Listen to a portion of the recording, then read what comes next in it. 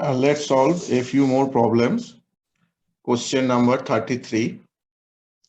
A beam traveling horizontally consists of an unpolarized component with intensity I naught and a polarized component with intensity IP. The plane of polarization is oriented at an angle theta with respect to the vertical.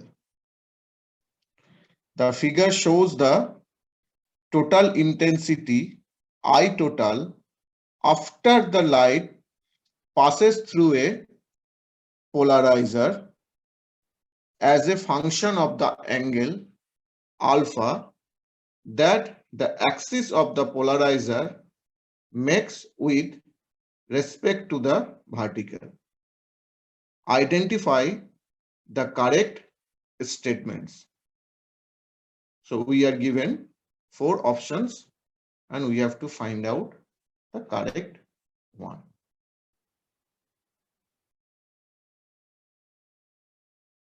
So here is the picture. If you look at it carefully, that you can see that it is basically taken from a oscilloscope. The signal is traveling. So if I move the signal, I can show that it is basically starting from 15.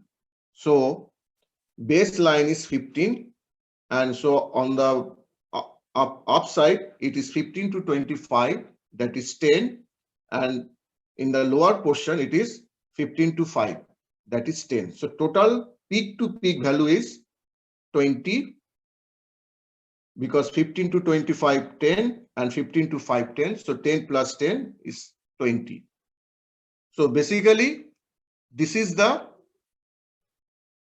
polarized intensity after passing through the polarizer. So I have used IP dashed to denote it, that this is the polarized intensity after the signal or the light passes through the polarizer. And after that, the graph shows it is a cos function or sine function, whatever you can say, and how it varies with angle alpha. The angle alpha is after the light passes through a polarizer as a function of the angle alpha. And what is theta? The plane of polarization is oriented at an angle theta with respect to the vertical. So here is the picture. I have a light which has both polarized and unpolarized component. Unpolarized intensity is I naught and polarized intensity is IP. Now the light is passing through the polarizer, and the polarized component, which is IP, is making angle theta with the vertical. So in the incoming light, the plane of polarization, because incoming light contains both polarized and unpolarized components, so the polarized component or the plane of polarization is making an angle theta with the vertical, and that light passes through the polarizer, and after polarizer the graph is given. So once it passes through the polarizer, I will get the polarized component. So my polarized component is denoted by I dash P, which is basically nothing but the IP of the unpolarized light. And after passing through the polarizer, the intensity gets reduced to half of its initial value. So unpolarized component has intensity I naught. So the intensity of that unpolarized component will be half of the initial value after the light passes through the polarizer. So basically what is shown in the graph is the polarized component. which is IP. So what is the peak to peak value? The peak to peak value is 20. So the unit is 20 watt per meter square. So therefore my IP is 20. Light intensity of I naught gets reduced to half, that is I naught dash will become I naught by 2, that is 20 by 2, that is equal to 10 watt per meter square. So the options D, which says I naught is equal to 10 watt per meter square, and IP, which is also 20 watt per meter square, is the correct answer. Let's move to problem 38. It says that the figure shows the cross section of a hollow cylindrical tank 2.2 meter in diameter, which is half filled with water, refractive index of 1.33. The space above the water is filled with a gas of unknown refractive index. A small laser moves along the bottom surface and aims a light beam towards the center. See figure. Here is the figure. So this is the cross section of a cylindrical tank. Half of it filled with water and half is filled with a gas of unknown refractive index. A laser pointer is moving around the rim and sending the light towards the center. When the laser moves a distance of s 1.09 meter or beyond from the lowest point in the water. So when the laser moves from the beyond the lowest point of the rim. Okay, so S, this is S. So that S is 1.09 meter. A small laser moves along the bottom surface and aims a light beam towards the center. When the laser moves a distance of S equal to 1.09 meter or beyond from the lowest point in the water, no light enters the gas. Okay, so identify the correct statements. Speed of light is given, which is 3 into 10 to the power 8 meter per second. So basically, we have two media, one with water of refractive index 1.33 and one is gas of unknown refractive index. So we will be using Snell's law of refraction, and the problem says when S equal to 1.09 meter, no light enters the gas. That means the light is going through the interface of water and gas. So for the incident angle for which it happens, that means the critical angle for which our refracted angle is 90 degree now. So we have to find out using the relation n1 sine theta 1 is equal to n2 sine theta 2, the critical angle. So n1 sine theta 1 is equal to n2 sine theta 2. n1 is the refractive index of water, n2 is the refractive index of gas, theta 1 is the incident angle, theta 2 is the refractive angle, angle of refraction, which we know from Snell's law. Now for critical angle theta c, our angle of refraction is 90 degree. Therefore, n2 is equal to n1 sine theta c. Now we have to find out the critical angle theta c. So we can use the relation S equal to r theta. So here theta is theta c and r is the radius of the tank. Therefore, theta c is equal to S by R. Diameter is given 2.2 meter. So radius is 2.2 by 2. That gives me 1.1 meter. Putting the value is 1.09 and R 1.1. This is in radian. So you have to convert it into degree.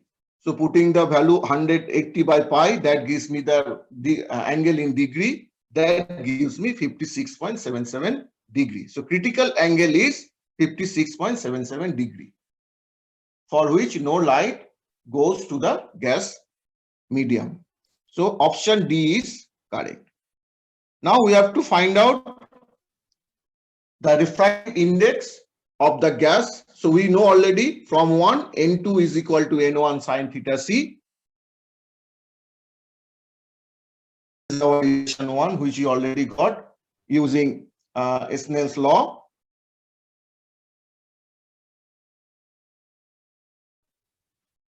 So N1 is the refractive index of water, which is 1.33 times sine of 56.77 degree. That gives me 1.33 times 0.83, which is approximately equal to 1.11. But in the option A, it is given the refractive index is 1.05. Therefore, option A is incorrect. Now, let's check the option B. The option B says the distance is smaller than 1.09 meter. Then how much time the laser light takes to reach the rim of the tank? So, since S is smaller than 1.09 meter, so we consider laser light at the lowest point to make our calculation easier. So this is our lowest point. So we know the refractive index N is equal to C by V, therefore V equal to C by N. Therefore, we can calculate the velocity of laser light in the water using the V equal to C by N formula. So VW stands for velocity of laser light in water, which is equal to C by NW, which is the refractive index of water. Value of C is 3 into 10 to the power 8 meter per second and N is 1.33. So this is our velocity of laser light. Now distance from lowest point to the center O is nothing but the radius of the tank, which is 1.1 meter. Therefore, using the formula S equal to Vt, so R equal to Vw times Tw, which gives me Tw equals to R by Vw. R is 1.1 meter. Vw is this value, which is 3 into 10 to the power 8 meter per second divided by 1.33. Therefore, Tw gives me 1.463 by 3 times 10 to the power minus 8 second. The option is given in terms of nanosecond. So we need to convert it into nanosecond. So 1.463 into 10 to the power minus 9 second divided by 3. That 0.87 nanosecond, because 1 nanosecond is equal to 10 to the power minus 9 second. So this is the time taken by laser light to reach the center in water. In gas, from center O of the tank to the rim of the tank. So this is our center O. So we have calculated the time taken from here to here. Now we are going to calculate the time taken from center to rim. How much time it takes. So this you can say T gas.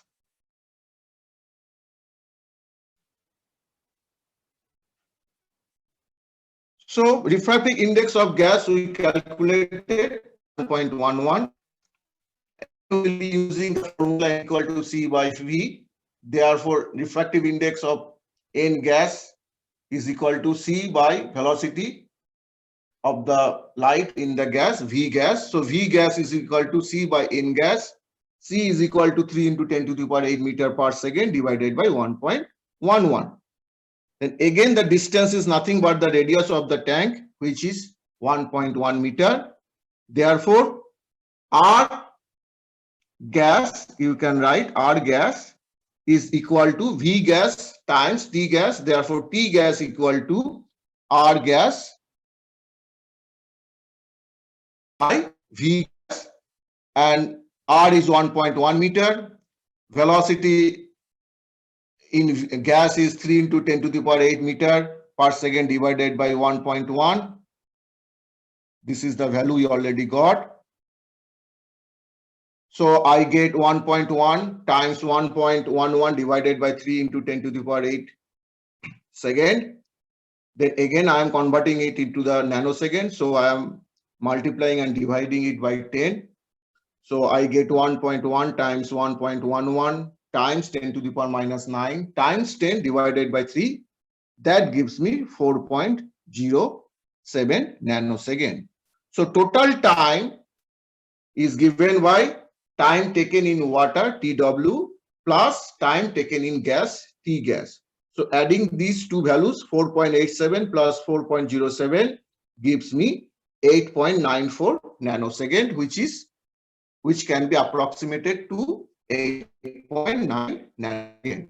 So this is the time taken by laser light to reach the rim of the tank when S is smaller than 1.09 meter. Option B, it is given the time taken is 8.9 nanosecond. So option B is correct. Let's check option C. When S is greater than 1.09 meter. So when S is greater than 1.09 meter, light comes back to the water. So that means we have total internal reflection, and we can consider the situation when S is 1.09 meter. That means we have the critical angle situation.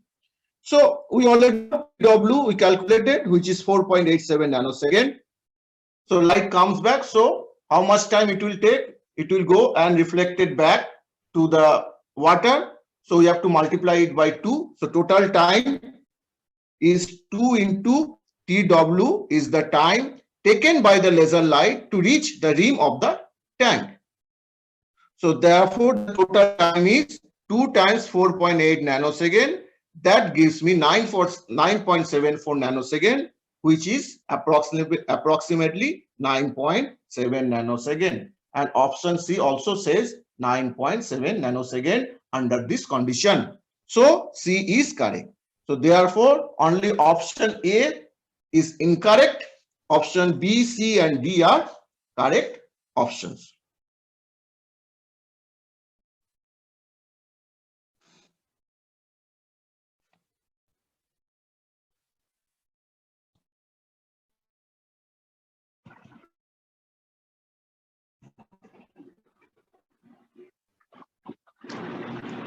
Next solve problem number 39. Identify the correct statements regarding nuclei. So option A, the uncertainty in the momentum of a proton in a nucleus is roughly, see the word roughly, 10 to the power 5 times the uncertainty in the momentum of the electron in the ground state, of hydrogen atom. And we have to do a rough calculation. So radius of nucleus is of the order of Fermi. 1 Fermi is 10 to the power minus 15 meter. So we have to calculate the uncertainty. So the position uncertainty, then for a proton inside a nucleus is of the order of 10 to the power minus 15 meter. And we know the uncertainty relation delta x delta p almost equal to h cross by 2 or greater than equal to h cross by 2. So delta x delta p approximately equal to h cross by 2, and I have used n for nucleus. So therefore delta pn is of the order of h cross by 2 times 1 by delta x n.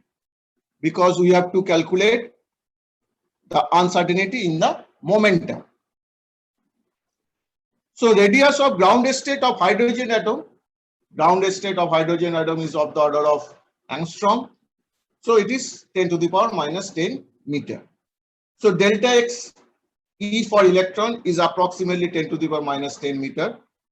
Therefore, delta P, using the uncertainty relation, delta P is approximately equal to h cross by 2 times delta x. And this is for electron. So therefore, taking the ratio delta P nucleus, delta P electron in the ground state of hydrogen atom is approximately equal to h cross by 2 times 1 by delta xn for proton divided by h cross by 2 times 1 by delta x for electron in the ground state. That gives me delta x electron by delta x neutron. So which is 10 to the power minus 10 by 10 to the power minus 15. That gives me approximately 10 to the power 5 value. Therefore, delta P neutron is delta P electron times 10 to the power 5. What was the question? Question was the uncertainty in the momentum of a proton in a nucleus is roughly 10 to the power 5 times the uncertainty in the momentum of the electron in the ground state of hydrogen atom. So we got delta Pn approximately equal to delta Pe times 10 to the power 5, and that is option A is our correct option. Next option is volume of a nucleus grows linearly with the number of nucleons in it. We know the radius of a nucleus is equal to R naught, a to the power 1 by 3. R naught is a constant value and a is the mass number. That means total number of nucleon, proton plus neutron. Now volume V is equal to 4 pi by 3 R cube. Putting the value of R, which is R naught, a to the power 1 by 3, and that cube gives me 4 pi by 3 R naught cube A. Therefore, volume grows linearly because V is proportional to A. So volume grows linearly with the number of nucleons in it. So option B is correct. The energy of gamma rays due to de-excitation of a nucleus can be of the order of mega electron volt. Yes, when a nucleus in the high energy state comes down to the lower energy state, it emits gamma radiation, and the energy of that gamma radiation is of the order of mega electron volt. Therefore, option C is also correct. Option D, 56 Fe is the most stable nucleus. Now, it does not say whether 56 Fe is the most stable nucleus among iron or among all the elements of the periodic table. We don't know. So, you can say yes or no. So, therefore, you can have correct answer A, B, C or A, B, C and D. So, both are right. A, B, C. If you write A, B, C are the correct answers, it is okay. Or if you write A, B, C and D are the correct, all the correct options, then it is also okay.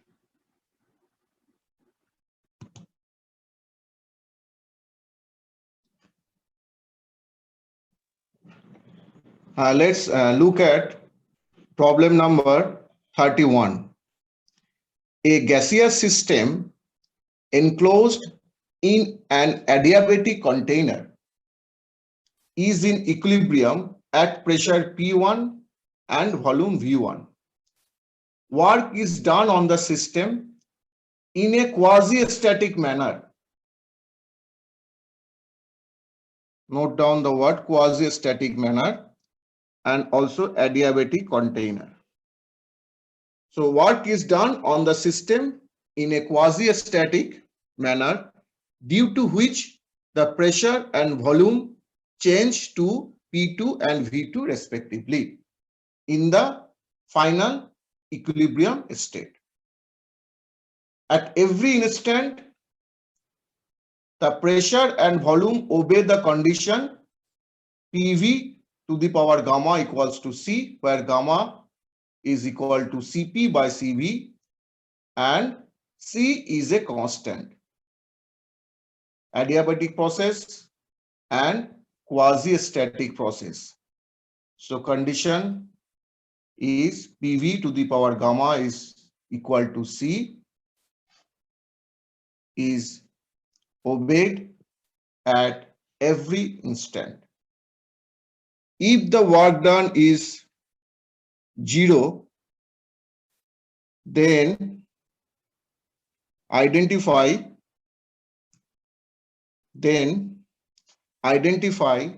the correct statements. P2 V2 is equal to P1 V1, option A. Option B, P2 V2 is equal to gamma P1 V1. Option C, P2 V2 is equal to gamma plus 1 P1 V1.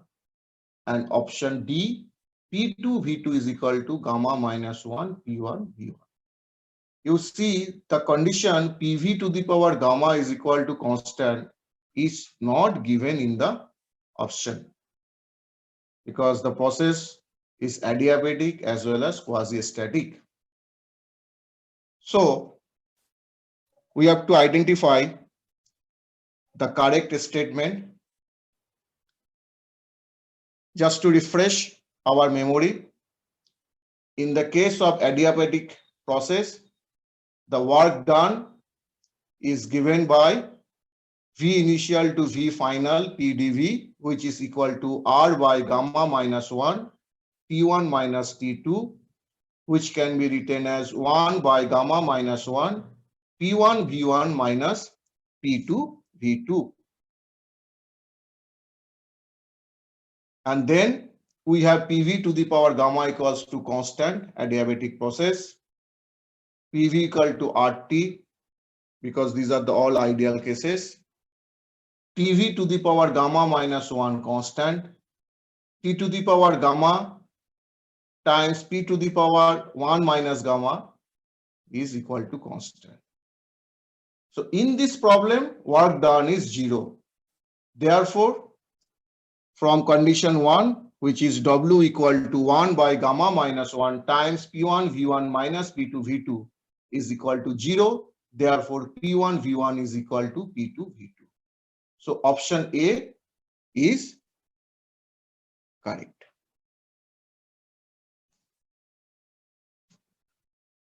Note, for quasi-static adiabatic expansion, PV to the power gamma is equal to constant. That means P1 V1 to the power gamma is equal to P2 V2 to the power gamma. But this option is not given in the among the 4 options, though it is according to the problem. So they did not give that option. So only option A is correct. Next problem, question number 32. An isolated ideal gas is kept at a pressure P1 and volume V1. The gas undergoes free expansion and attains a pressure P2 and V2. Identify the correct statements. Again given gamma is equal to Cp by Cv. Free expansion and attains a pressure P2 and V2. What are the options? This is an adiabatic process. P1 V1 is equal to P2 V2.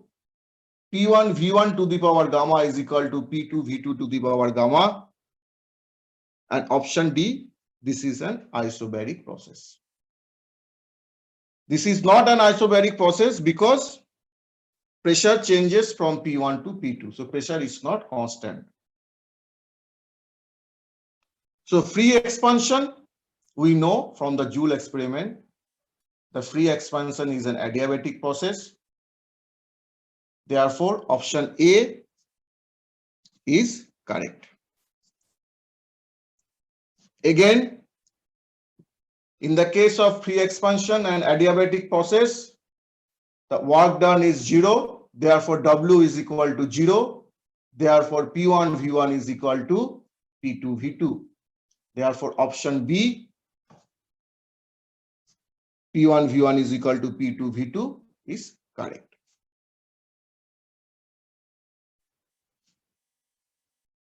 Here, it is not mentioned that the process is quasi-static. It is mentioned free expansion, which is adiabatic. In our previous problem, it was mentioned that it was quasi-static. Therefore, PV to the power gamma is a constant is not applicable here, because basically free expansion is a real process. In most of the real process are not quasi-static. Therefore, PV to the power gamma equal to constant, which is valid for adiabatic quasi-static process, is not applicable here. Therefore, the option C, which says P1 V1 to the power gamma is equal to P2 V2 to the power gamma, is not correct option. And then the option 4, P1 changes to P2, that means pressure changes, therefore not an isobaric process. Therefore, D is not correct. So only option A and B are the correct ones.